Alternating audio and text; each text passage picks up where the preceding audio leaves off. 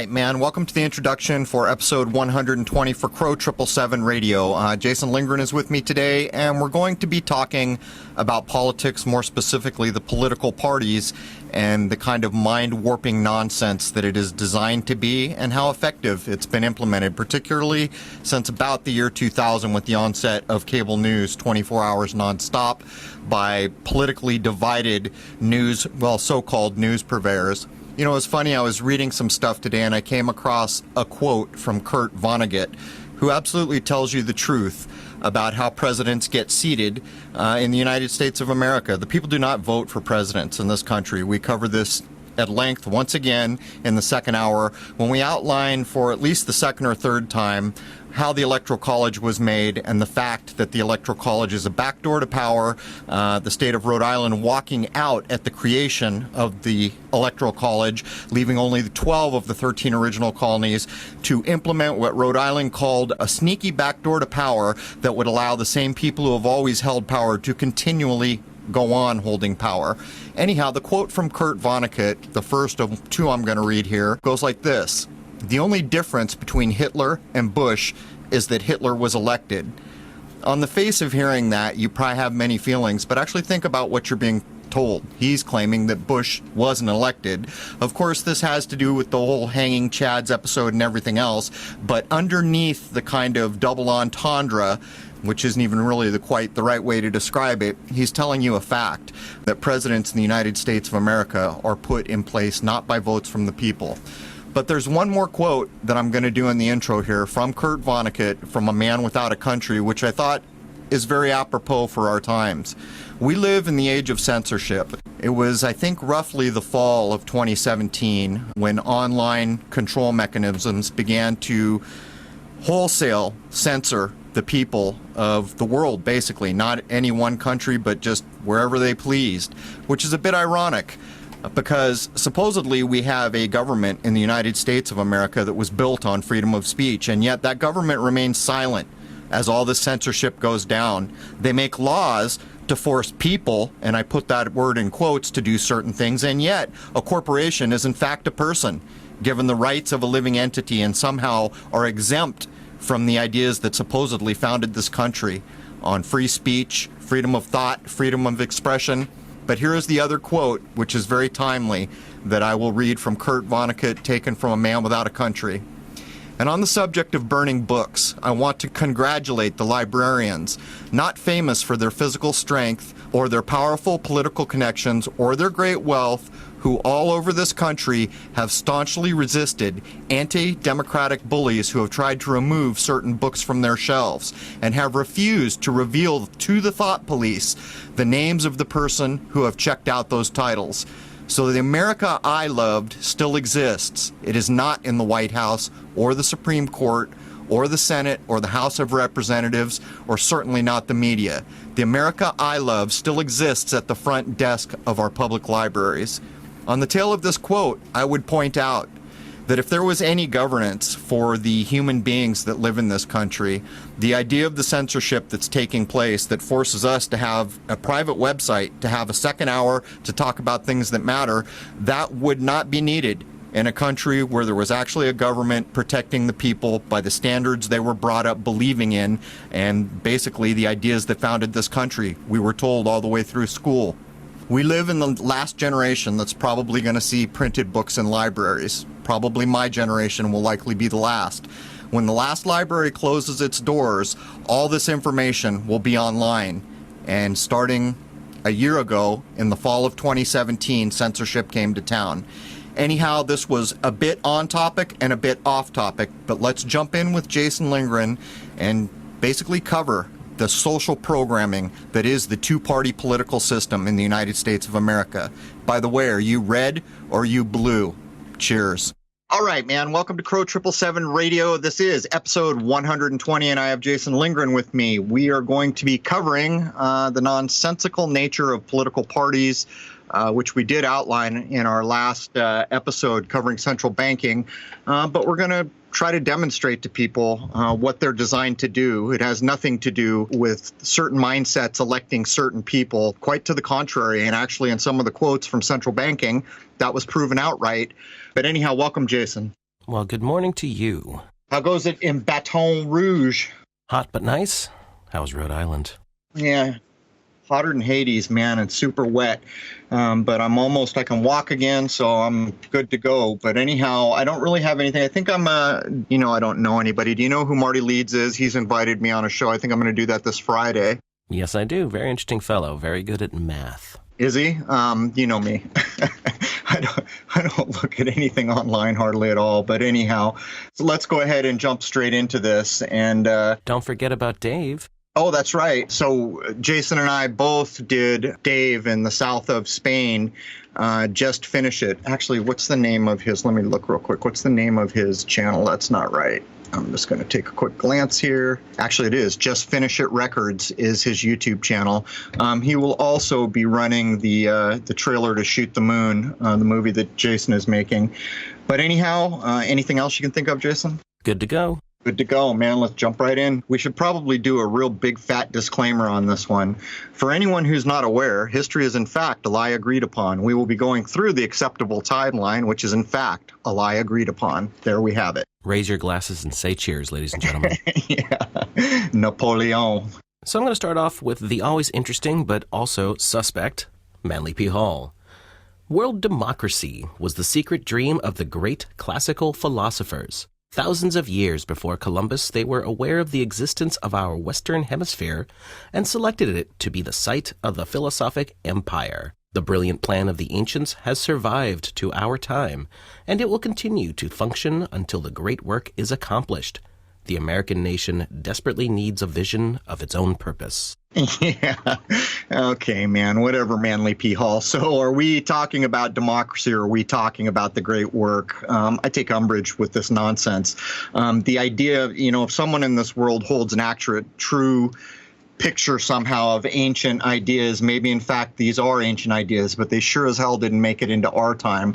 After all, you and I live in the United States, which is supposed to be this big bastion for democracy. And in this episode, we're going to demonstrate that no person, average person, has ever voted to seat a president. Has never happened. And we'll even describe how the Electoral College was set up. But anyhow, I think this bullet point is more about a great work as opposed to democracy. And I led into the subject with Manly P. Hall because a lot of the people who founded this country were of the same brotherhood as Manly P. Hall. There you go. And he can't help himself until the great work is accomplished. Well, I'll tell you something, that everyone out there who's not in a secret society is probably thinking, how is this work so great if it needs to be hidden, right? If it needs to be just a select few members, and mostly men for that matter, ignoring nearly half of the population of this world, I would ask. And when we start to look at government and realize how many of them were in secret societies, it's a telling thing indeed. These are not the average people, and it can easily be questioned, even if you knew nothing, do they have the interest of the people in their hearts? Do they? And I would suggest that no, the opposite is true. So let's start off with a definition of what a political party is. It's defined as an organized group of people with at least roughly similar political aims and opinions that seek to influence public policy by getting its candidates elected to public office. So I guess this is like partially acceptable. They are in fact looking to influence public policy, but I would restate that.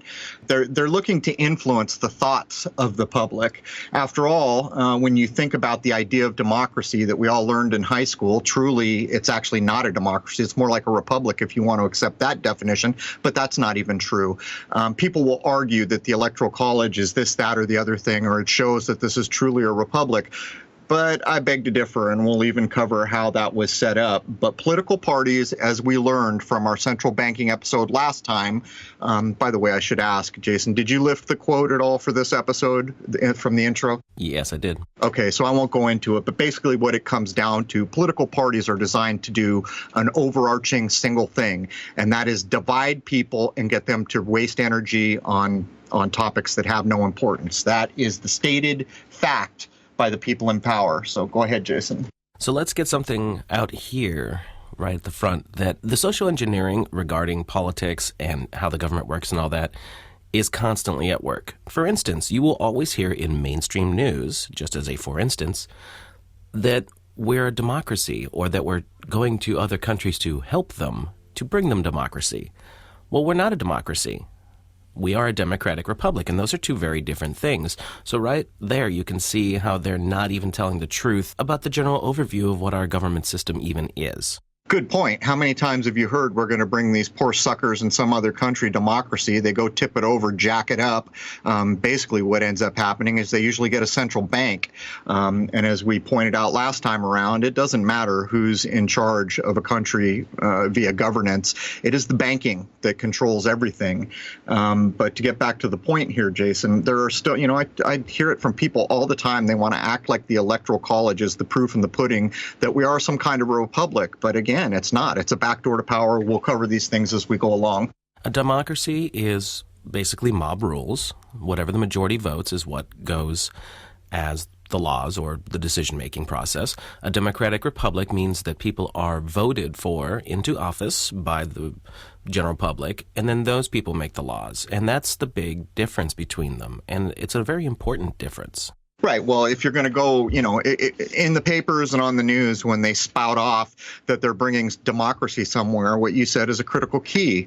There's no democracy here, for crying out loud, and that's not wholly true. I mean, if you go down to some of the small townships, even in the area where I live in, still people do show up at what they call town hall meetings, and literally each person their votes. But the problem with that is when a town reaches a certain size, it no longer works. There are just too many people, and it becomes impossible to control. But for the most part, at the upper levels that matter, there's absolutely no democracy. So getting into the mainstream history of all this, political factions or parties began to form during the struggle over ratification of the Federal Constitution of 1787.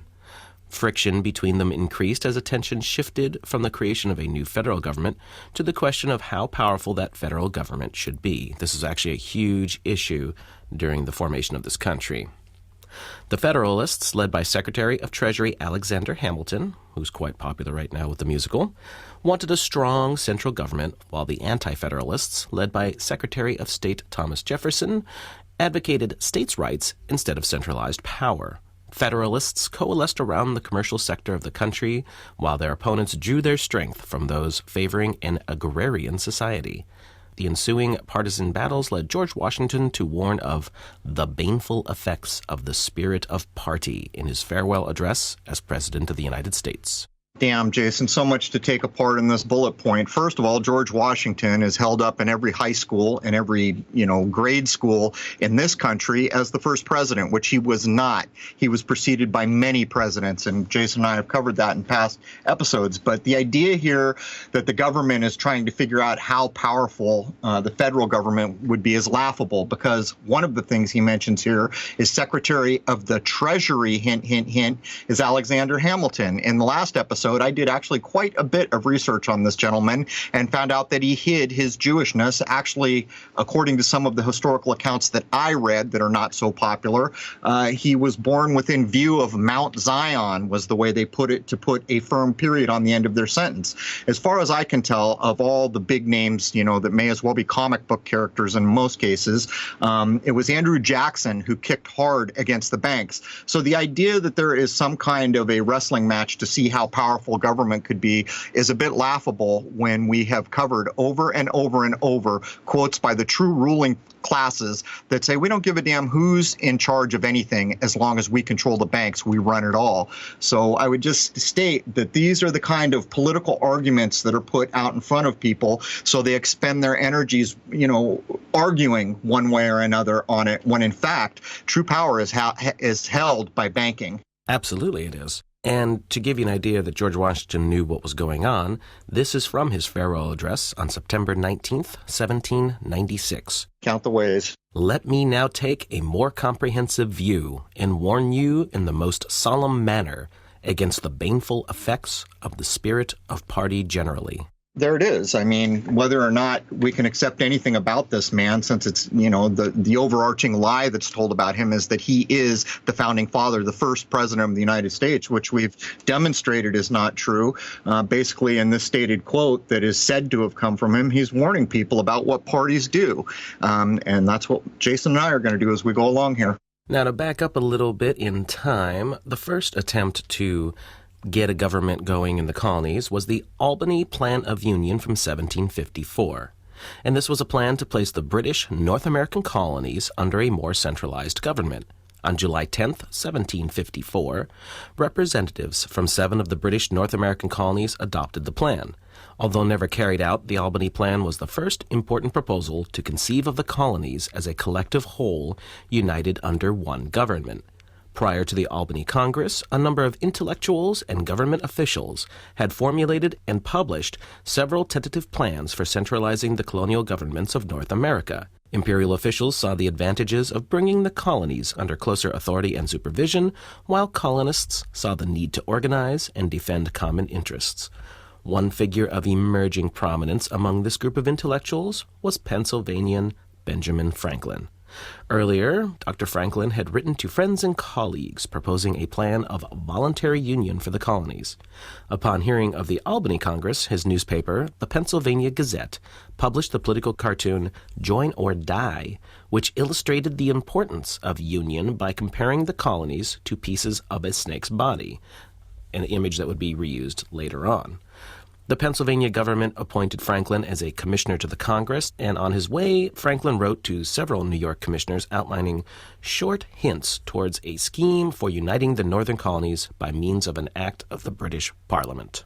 I mean, if you go through this, it's funny how our history is glossed over and over again. So even if you go back to the beginning of what you were just saying, I mean, it starts out by saying the British North American colonies. Then in the middle, it talks about imperial officials saw an advantage. And then, of course, you close out by talking about some kind of an act from the British Parliament. In fact, when we're all in school, we're being told that all these people hated England for all these reasons. So they jumped in boats and came to the New World.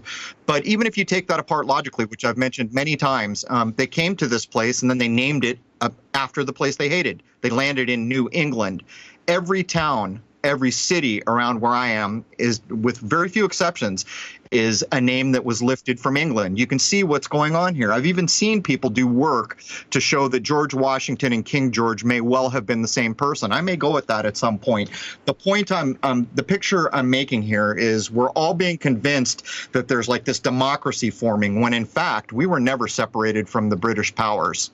That is very true, and even though there was a temporary separation on certain levels, once the bankers got their footholds in again, it just didn't matter anymore. You can call yourself whatever you like, but the attachments were there and the control system was there. Well, in the last bullet point, in the neighborhood of 1787, you're already talking about a treasurer, the secretary of the treasurer being Alexander Hamilton, who's a ninja.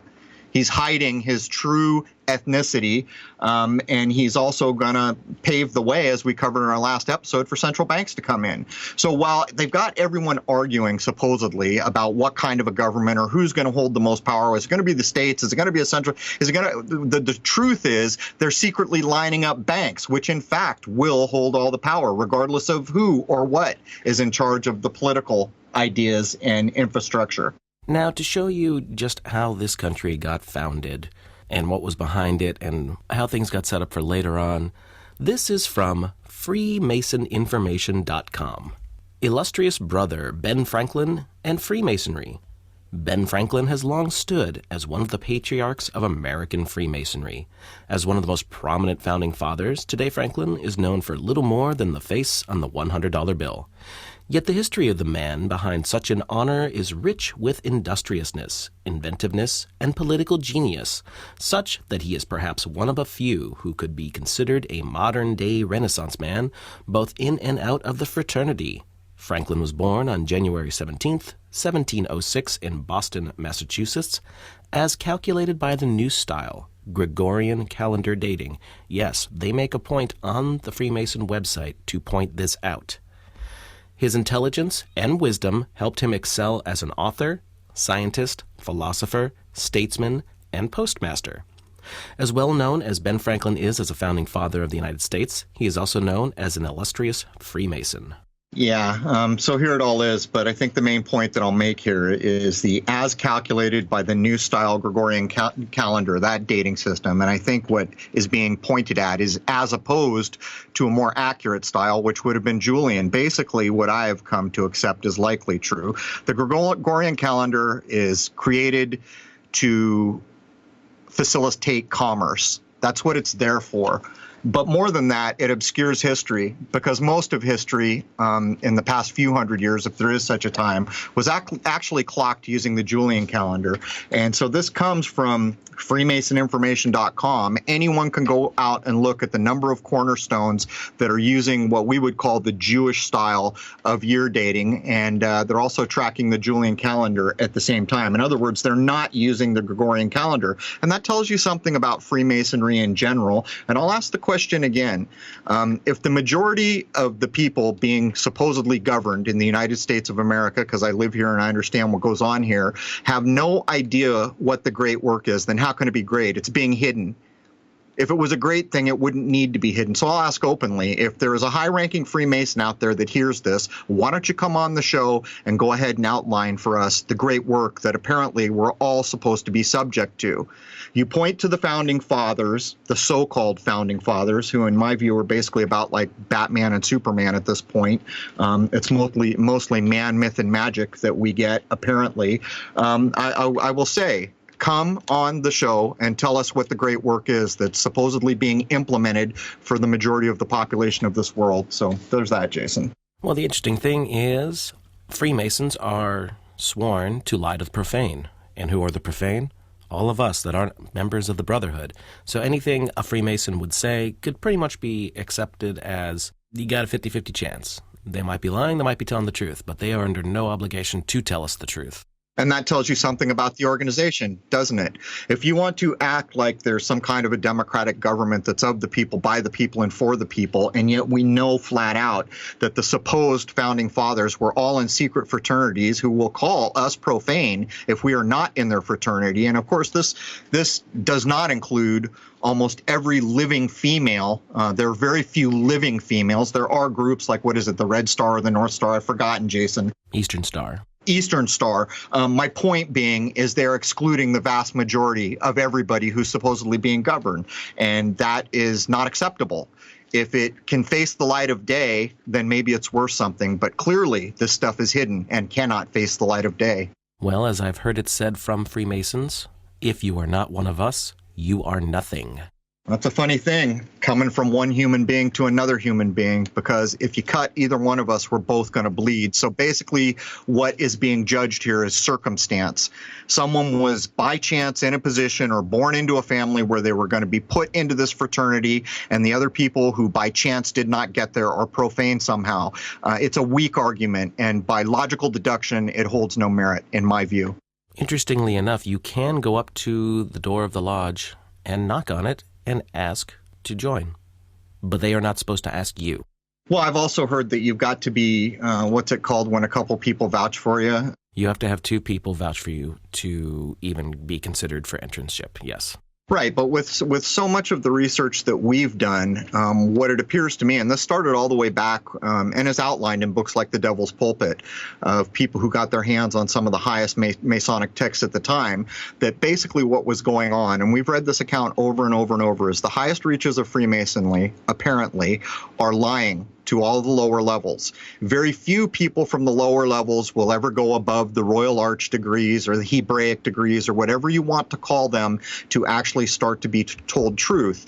In some of the recent episodes, like even the Paul McCartney, the Paul is Dead episode we did by Mr. Sir Paul McCartney's own words, they are satanic, and the idea is to lie to them until the few that are chosen to go high are actually in so deep they can't get out. These are the accounts we have. So I would ask, with all these public accounts that anyone could get their hands on, why would anyone ever go knock on the door of a place like that when it's labeled satanic by people who supposedly know? Well, here's the thing. Most Masons, a lot of them, I should say, a very large amount of them, don't ever get further than a Master Mason. A Master Mason is a third-degree Freemason of their Blue Lodge. They don't go any further. What you can do, should you so choose, is go either into the Scottish Rite or the York Rite. From what I understand of this, you don't actually find out that you've been swearing blood oaths to Lucifer until the 30th degree ritual of the Scottish Rite. And that's when you find out a little bit more in the 30th, and then the 31st, and then the 32nd. There's also an honorary 33rd degree that very few people are chosen for, but characters such as Buzz Aldrin have been granted this honor, and that's the lodge that is in Washington, D.C. So there's obviously a very select group that only get let into this higher echelon of Freemasonry, and I suspect there's more beyond that, but that's never been publicly admitted to. Right. We've done these accounts over and over and over, and the Luciferian idea is pretty much attachable to any elite organization that we've ever looked at. But again, let's ask the simple question. If Luciferian is such a great thing for all you people involved in the great work to be endeavoring for, put it in the light of day. What's Lucifer? Come on the show and tell me what Lucifer means to you. Tell us why you guys expend so much energy following these ideals. Tell me why the idea of Prometheus encodes the idea of Lucifer, which was just a retelling supposedly back further in time. And I will always maintain, if these things cannot be brought out in the light of day and talked about, then they're suspect. They're more than suspect. I'll put all that out, and I'll invite anyone who's in a position to understand these things to come on to a very polite show, and we'll address these under the most adult of conditions, and you can inform us about all these things that seem to be hidden from the light of day. And why do I keep bringing this up? Well, these are the people, predominantly, who founded this country, and all the things we're discussing today came from their minds. So, continuing on, no one can be sure of exactly when Benjamin Franklin was initiated into St. John's Lodge, but it was sometime during the year 1730 or 31, most likely during the February meeting of St. John's Lodge in Philadelphia. Before his initiation into the Freemason Brotherhood, Benjamin Franklin made some lighthearted jokes about fraternity in his publication, the Pennsylvania Gazette. One source says that his joking was to advertise himself to St. John's Lodge so that when he applied he would not be regarded as a stranger. After being initiated, however, Franklin's writing in the Gazette changed because of his Masonic influences. Thereafter, he published many positive and affirming stories in the Gazette about the craft. These publications have become the core for understanding the history of Freemasons in the United States, especially in Pennsylvania. Franklin was in no way a simple and ordinary member of the Masonic Lodge. He was appointed as the junior Grand Warden of the Provincial Grand Lodge in Pennsylvania in the year 1732, and as the Grand Master on June 24, 1734. In 1734, he also printed the first Masonic book in the United States. His Mason book was the publication of Anderson's Constitutions. Franklin was quickly elected as Secretary of St. John's Lodge, and he held the position from 1735 until 1738. Franklin continued to be an active member of the fraternity, and he continued to be elected and appointed for many positions. In March of 1752, Benjamin Franklin was put onto a committee for the first Masonic building in the United States. The lodge was to be in Philadelphia, Pennsylvania. Benjamin Franklin was not only involved in Freemasonry in the United States, he also traveled abroad to take part in meetings and lodges which came about in his diplomatic missions to Europe. In November of 1760, he was entered upon the minutes as the Provincial Grand Master during the Grand Lodge of England's meeting in Crown and Anchor, London, a position he was elected into in June of 1760. In April of 1778, he was in Paris to assist with the initiation of Voltaire into the Lodge of Nine Sisters. He continued to be affiliated with the Lodge of Nine Sisters for years through the funeral services for Voltaire and as master of the lodge for 2 years. Voltaire had such affection for Franklin that it was written, "The aged Voltaire, who in the last year of his life came in triumph to Paris, grappled Franklin to himself as with hooks of steel. He placed his withered hands in benediction on the head of Franklin's grandson, as if to confer the philosophy and inspiration of the epoch on the third generation. The two great thinkers were taken together to the theater, and at the close of the play were called upon the stage while the excited thousands cried out, 'Solon and Socrates.' Benjamin Franklin passed away on April 17th, 1790. He will always be remembered by the citizens of the United States as an intelligent founding father and scientist. For Freemasons, however, he is so much more. Franklin's Masonic career spanned a period of 60 years, achieving in his day one of the highest Masonic accords, that of an illustrious brother." Yeah, okay. So, I mean, on the face of it, Jason, when people in this country go through school and they're taught in grade school and in high school about Benjamin Franklin, everything you just read will never be mentioned. In the same way that when we look at supposed NASA astronauts, they're all Masons and high-ranking from the Apollo missions anyhow. These things are hidden, and they're hidden for good reason. If we consider what we're talking about here, what we're going to get into, which is the political parties, basically Republican and Democrat, which have been used to divide the people so effectively in this country since the onset of cable news anyhow, what do you suppose a man like Franklin, having heard all that, is really interested in? Is he interested in the government of the United States, or is he interested in going to the Grand Lodge of England's meeting Crown and Anchor in London? You know, you can draw these parallels all the way down the line. It's pretty clear that the most important things in the supposed founding fathers' lives like this seem to be Masonic influences, which are hidden from history and have little to do with the supposed democracy they are founding. Well, it's pretty obvious that he had his fingers in many pies, and goodness only knows what he was getting into to bring back to the fledgling United States and what influences all of these different things had on what eventually became the United States. Yeah, well, I mean, it just none of it fits. If we hated England so much, or the people back in the day hated it so much that they all jumped on some boat for a treacherous journey where they might all starve or die or go down in a storm to form this new separate thing, and at every turn they're back over under the crown doing this, that, or the other thing, as is demonstrated in the Franklin bullet point here. That's not really my main problem, though. We can demonstrate that all day. My main problem is that truly where these guys were putting so much effort is not part of the supposed historical timeline. And to boot, Franklin was a newspaper man, supposedly, before any of this happened, and we know what media does, and it's been known the value of controlling messaging since probably the days of Greek amphitheaters, if there was such a time. A lot of the Freemasons' own mouths, they blatantly said that he used the Pennsylvania Gazette to paint the craft in a positive light.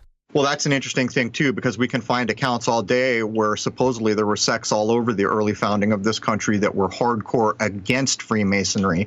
So if there's any truth to any of that, what we see is Franklin, pushing against the tide there, right? Trying to make them look good, use the paper to make Masonry seem like a good thing, when in fact, the people who were agrarian, part of nature, doing things like this were hardcore against this suspicious secret society. And there are plenty of accounts anyone can look up to see that this is true. And why would he need to paint them in a positive light in the first place? I would say because they were suspect to a lot of these very devout Christians' minds. Right. It's a bit like, this all this stuff coming out of NASA lately where they say, see, we told you the Earth was round. Let me tell you something. If a thing is a thing, it needs no defense. And if people are being narrow-minded or ridiculous, calling the color blue red when it truly is not red, it's blue, it needs no defense. It will be what it is. Yet this is the same thing. We see the defense of a thing that needs defense. And in the same way NASA's message needs defense, they were using newspapers to try to make the craft, quote unquote, look positive, to spin a positive light on it using the media. Now, Manly P. Hall also has something to say about Benjamin Franklin from his book, The Secret Destiny of America. Historians have never ceased to wonder at the enormous psychological influence which Franklin exercised in colonial politics. But up to the present day, few indeed are those who have realized that the source of his power lay in the secret societies to which he belonged and of which he was the appointed spokesman. Franklin was not a lawmaker, but his words became law.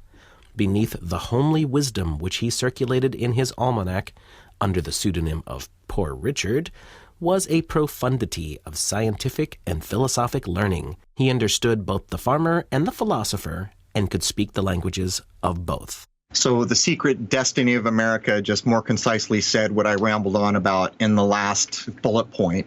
The source of Franklin's power lay in his connection to the secret societies, basically. There it is, lock, stock, and barrel. That's one Freemason freely admitting what another Freemason was doing. From 1774 to 1789, the Continental Congress served as the government of the 13 American colonies and later the United States. The First Continental Congress, which was comprised of delegates from the colonies, met in 1774 in reaction to the coercive act a series of measures imposed by the British government on the colonies in response to their resistance to new taxes. In 1775, the Second Continental Congress convened after the American Revolutionary War from 1775 until 1783 had already begun. In 1776, it took the momentous step of declaring America's independence from Britain.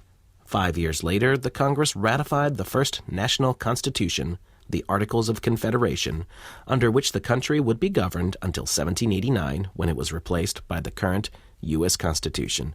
And that is from a mainstream source, and I would say that the current Constitution isn't exactly the same as the original one from 1789. Well, not only that, the date 1776 coincides with more secret society nonsense from Europe. So let's speak for a moment about the Great Seal of the United States from 1782. Among the ancients, a fabulous bird called the phoenix is described by early writers such as Clement, Herodotus, and Pliny. In size and shape, it resembled the eagle, but with certain differences. The body of the phoenix is one covered with glossy purple feathers, and the plume in its tail are alternately blue and red. The head of the bird is light in color, and about its neck is a circlet of golden plumage. At the back of its head, the phoenix has a crest of feathers of brilliant color. Only one of these birds was supposed to live at a time, with its home in the distant parts of Arabia, in a nest of frankincense and myrrh. The phoenix, it was said, lives for 500 years, and at its death, its body opens, and the newborn phoenix emerges. Because of this symbolism, the phoenix is generally regarded as representing immortality and resurrection.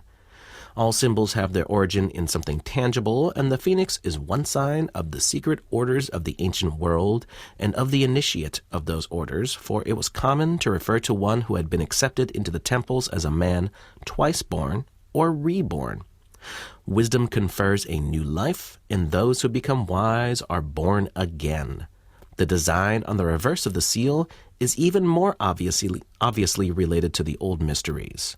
Here is represented the Great Pyramid of Giza, composed of 13 rows of masonry showing 72 stones. The pyramid is without a capstone, and above its platform floats a triangle containing the all-seeing eye surrounded by rays of light. So much has been done on this kind of Masonic or secret society symbolism put into the currency, which of course is issued in this country by the central bank owned by private families, which is a private corporation that only exists to profit for itself. Nothing to do with concern for the people of the country it is supposedly central to. So let's go a different way here. Let's look at the Phoenix. Knowing all that we know now, and the amount of episodes we've covered the meaning of language, let's think about the city of Phoenix for a minute, right? Someone took the time to name Phoenix, Arizona, Phoenix. And as we can see, these very old ideas, or apparently old ideas, are encoded even into the back of the money by secret societies. So if we are to critically look at a place like Phoenix, we have to wonder, in the long game that we constantly point to, what part will Phoenix play? The idea of rising from the ashes, these things. But I'll point out a thing I know firsthand. Living in San Diego, as I did for most of my life, it's basically a desert, and there is always a water problem there. In my lifetime, next to nothing has been done to bank water, to make more holding facilities for water, and these kinds of things. They have made a couple of runs trying to privatize the water source. I think it was a company called Neptune that was going to take ocean water. But basically, if I remember correctly, they wanted all the people of San Diego to pay for the facility and then the water to be privatized, which was shot down. The reason I'm even bringing this up is the city of Phoenix is in the heart of a gnarly desert, not just kind of a chaparral desert like San Diego, where it even has ocean that could be desalinated. It's in the middle of a desert, but they have been banking water for years and years and years. And whenever you look at a place, always look at the airport. So I know I didn't say a lot about Phoenix, but I invite everyone to go look at the Phoenix airport and to consider the water issues around that place in the middle of the desert. There's something special about the city of Phoenix, I will add. I've been there. I like it. It's very beautiful in certain regards. I love the skyline. But, yeah, there's something about that place there. It's very interesting. I'm certain it will play some role in the long game. How could it not, having the name that it has, when in fact you just drew the line to the phoenix and the encoding on what we call money? And this is what I want to point out why I brought up the Great Seal. For something that is always touted as this Christian nation, there's no Christian symbolism that I see embedded right from the beginning to even demonstrate that this was being made by people with strict Christian values. And I think some of the Founding Fathers did have them, but it was certainly not being reflected in any of their imagery. Well, I think what you pointed out is it doesn't matter what political party says what or who is seated as president. The true power is going to be held by that very thing you just pointed to, the Federal Reserve Note. The privately issued Federal Reserve Note from central banking is the ultimate arbiter of power. Responsible for such things as the Great Depression or any number of wars, the true power center in any nation with a central bank resides with the central bank. And the symbolism here, drawn from secret societies and other places, is put on the note that will be driving the wielding of that power.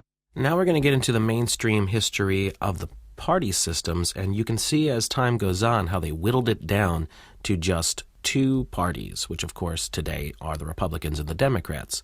But the thing I'd like to point out is something I've heard repeated by many people in different ways, and that yes, there might be two different parties, but it's two wings of the same bird, and the bird only has one head, doesn't it? It's called the central bank. That's the head of the bird. Yeah. Okay. The first party system is a model of American politics used in history and political science to periodize the political party system that existed in the United States between approximately 1792 and 1824. It featured two national parties competing for control of the presidency, the Congress, and the states.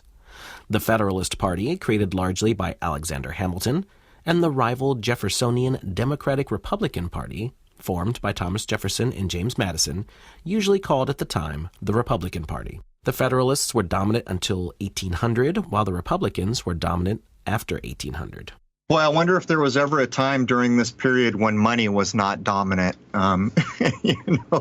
So here again, Alexander Hamilton, the guy who hid his genetic ancestry and was in charge of the Treasury, is founding one of these parties. And we showed flat out from a speech in 1924, which we will reiterate again, what the bankers intended to do with the political parties. But go ahead, Jason.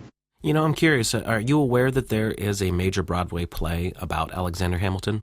Not specifically, but I've heard that it exists, yes. It's interesting. It seems that they've got the history fairly well accurate, but I keep hearing it because my own daughter loves it, her and her friends.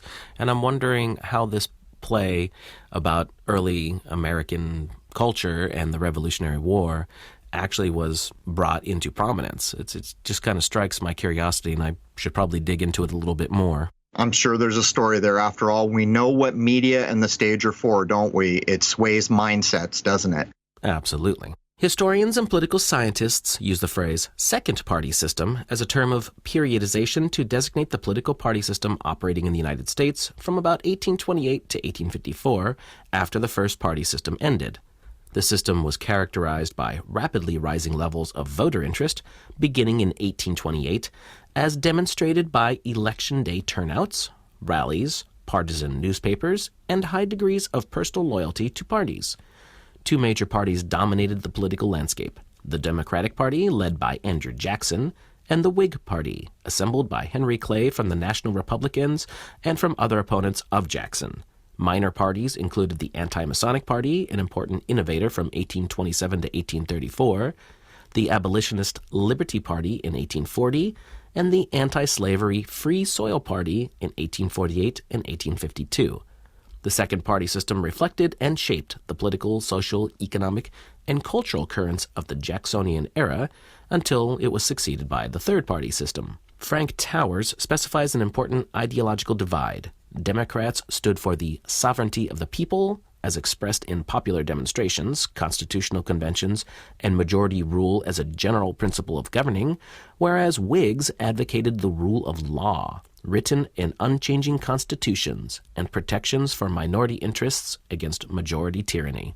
So you can see the same thing. They pick out these sides where they can divide people, and they get people going. But I'm not even going to go down that road until we get to the Electoral College, I think, Jason. But here they refer to it as the Jacksonian era. And all the research I did around the central banking, it appears to me that if Andrew Jackson existed in any way, shape, or form that resembles the histories we can get our hands on, he actually pushed as hard as he could against the creation of central banking. So that's something of note. On the other side, we have Alexander Hamilton, who's hiding the fact that he's Jewish, who's in charge of the United States Treasury and going down the money route and paving the way for central banking.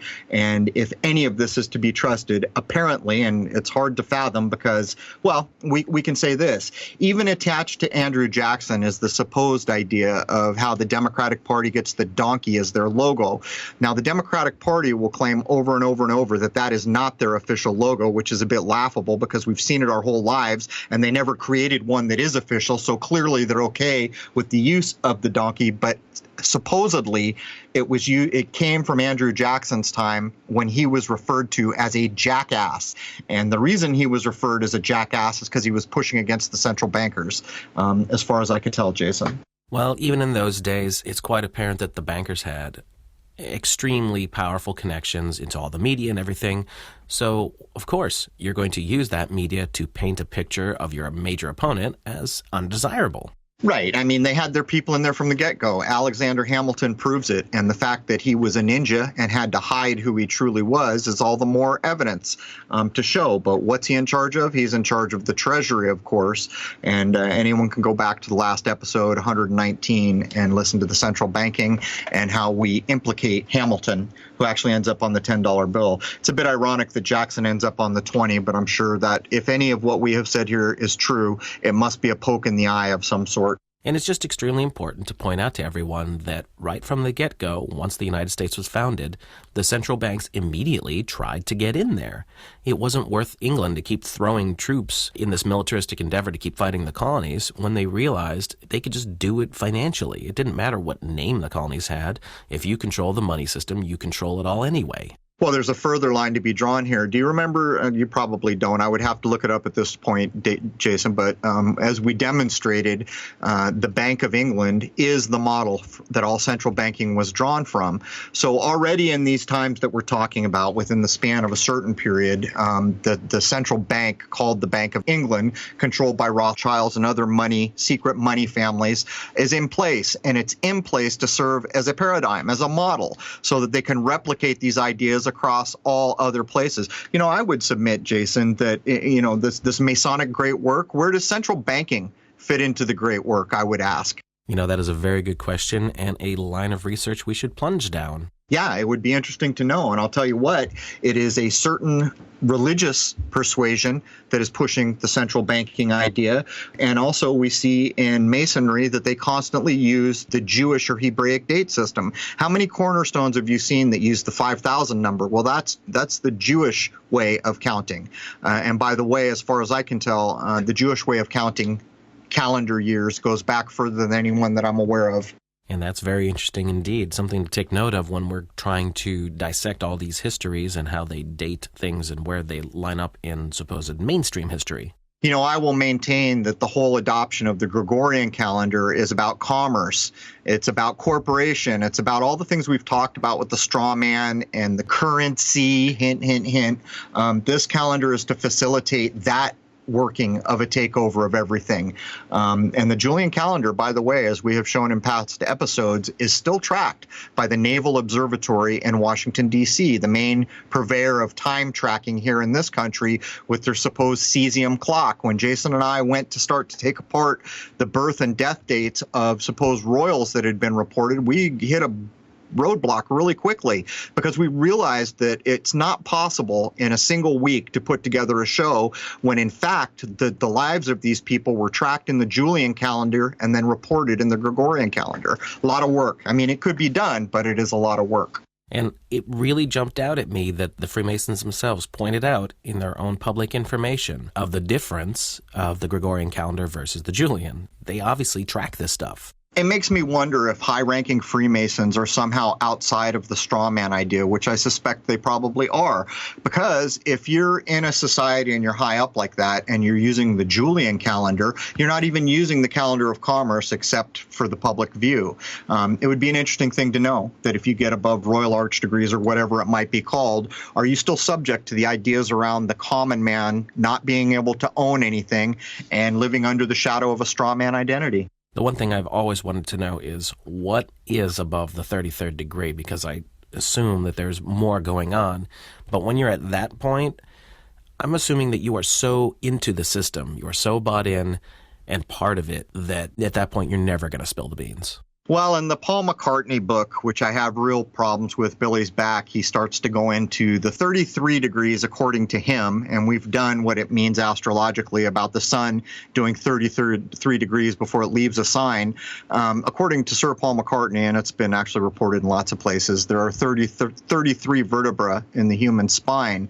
What he's claiming is there's another 13 degrees that nobody knows about above that, and it has to do with 13 divisions of what's above the spine, or basically the head.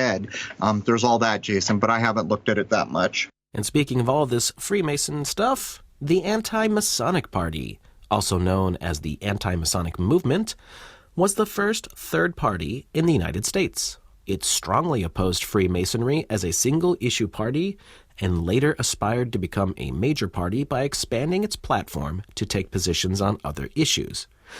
After emerging as a political force in the late 1820s, most of the anti-Masonic Party's members joined the Whig Party in the 1830s, and the party disappeared after 1838. The party was founded in the aftermath of the disappearance of William Morgan, a former Mason who had become a prominent critic of the organization. Many believed that the Masons had murdered Morgan for speaking out against Masonry, and many churches and other groups condemned Masonry. As many Masons were prominent businessmen and politicians, the backlash against the Masons was also a form of anti-elitism. Mass opposition to Masonry eventually coalesced into a political party. Before and during the presidency of John Quincy Adams, the United States endured a period of political realignment, and the anti-Masons emerged as an important third-party alternative to Andrew Jackson's Democrats and Adams's National Republicans. In New York, the anti-Masons supplanted the National Republicans as the primary opposition to the Democrats at the time. Wouldn't it be ironic to learn that the Anti-Masonic Party was actually set up by Masons? Because with all the episodes we did, that's all I could think about the whole time you were reading that, Jason. Well, that wouldn't surprise me at all, because don't they quite often set up their own opposition? The name Alex Jones comes to mind. Exactly. It didn't last for long either, did it? And of course, wrapped up in all this, we already have Andrew Jackson, who was shown to be pushing hard against the central banks. So I think what we're looking here is just a bit of obfuscation. And I would not be surprised if I could have a magic spyglass to look back and see that it was put together by Masonic interests or central banking interests in the first place. Or it could be that while there were some people who opposed it, they quickly infiltrated and destroyed it from within. It could be either of those. Either one makes sense, because no matter what, the Masons aren't going to allow a major political party to exist that worked directly against them. Well, there's another funny thing about this bullet point. You said President Adams, and so you're thinking, which Adams? You know, there's a special bloodline there, right? There's more than one Adams going to be president. It just goes to show what we're talking about. There's never been a time when what we were told in high school was true, that just some kid born in Bugs Ear nowhere could ascend to the presidency. Doesn't work that way. And even all the way back here with President Adams, which one? John Quincy in this case, being president. These are all bloodlines. These are all chosen people. And we will get to the point where we demonstrate that it is the Electoral College that chooses these people, and we will further demonstrate that there were states that walked out the back door saying they'd have no part of this nonsense. So that does close the first hour, and we will be talking about a number of things that would probably get censored in the first hour now that censorship tube thinks they can control what we think about, what we talk about. Anyways, at the posting of this episode, there will be 120 hours of free content at crow777radio.com. You do not need a login. If you would like to come over and support free speech, the second hour is basically there for $5 a month. It's a cup of coffee. And without that private website, we would not be able to talk about things that matter at this point. And I'm not even kidding. Anyhow, there it is, the wrap up for hour 1 of episode 120. Hope to see you all over at crow777radio.com. Cheers.